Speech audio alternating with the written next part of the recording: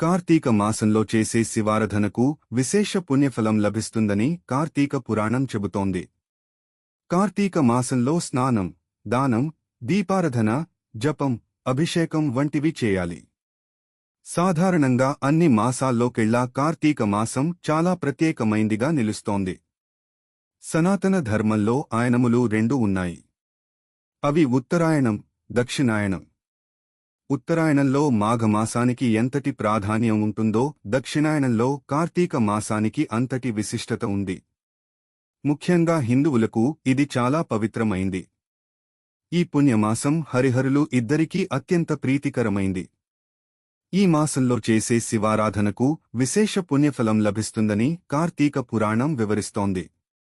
కార్తీక మాసంలో స్నానం, దానం, దీపారాధన, జపం, అభిషేకం చేయాలి. ప్రత్యేకంగా సూర్యోదయానికి ముందు చేసే స్నానాలు, ఆ తర్వాత చేసే దానాలు, ఉపవాసాలకు గొప్ప శక్తి ఉంటుందని స్కంద పురాణ అంతర్గతంగా ఉన్న కార్తీక పురాణం చెబుతోంది. అంతేకాదు దీపారాధన చేస్తే పాపాలు తొలగిపోయి పుణ్యం లభిస్తుంది. ఈ మాసంలో నక్తం లేదా ఉపవాసం ఆచరించగలిగితే ఆరోగ్యం, దైవచింతన పరంగా శుభాలు కలుగుతాయని శాస్త్రాలు చెబుతున్నాయి. ముఖ్యంగా శివాలయాలన్నీ కూడా భక్తులతో కిటకిటలాడుతుంటాయి. మాలధారణ చేసేవారు కూడా ఈ నెలను అత్యంత పవిత్రమైందిగా భావిస్తుంటారు. కార్తీక మాసంలో శుక్లపక్ష పున్నమి తిథిలో 15వ రోజు వచ్చే కార్తీక పౌర్ణమి మరింత ప్రత్యేకమైంది. దీన్నే కౌశిక లేదా వైకుంఠ పౌర్ణమి జీడికంటి పున్నమని పిలుస్తుంటారు. ఈ రోజున తెల్లవారకముందే స్నానం చేస్తారు. శివుడి గుడికి వెళ్లి గుమ్మడ ఆకు, వక్క, పండ్లని బ్రాహ్మణులకు దానమిస్తుంటారు. ముత్తైదువులకు వాయనాలు కూడా ఇస్తారు. ఈ రోజంతా ఉపవాసం ఉండి సాయంత్రం అరటిదొన్నెలో దీపాలను వెలిగించి పసుపు, కుంకుమ చల్లి నదులు, కాలువల్లోకి వదులుతారు.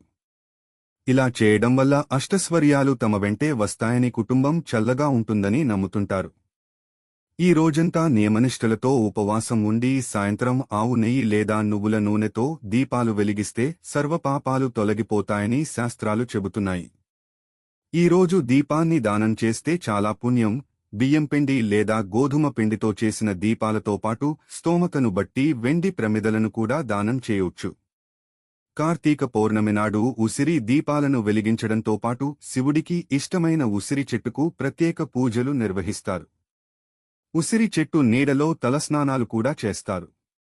దీనిని ఉసిరికాయ స్నానం అంటారు. కార్తీక మాసమంతా కూడా ఇంటి గుమ్మానికి ఇరువైపులా దీపాలు పెడతారు. పౌర్ణమి రోజు ఇంట్లో తులసి పూజ చేసి వత్తులు వెలిగించడం యజ్ఞం చేయడంతో సమానం.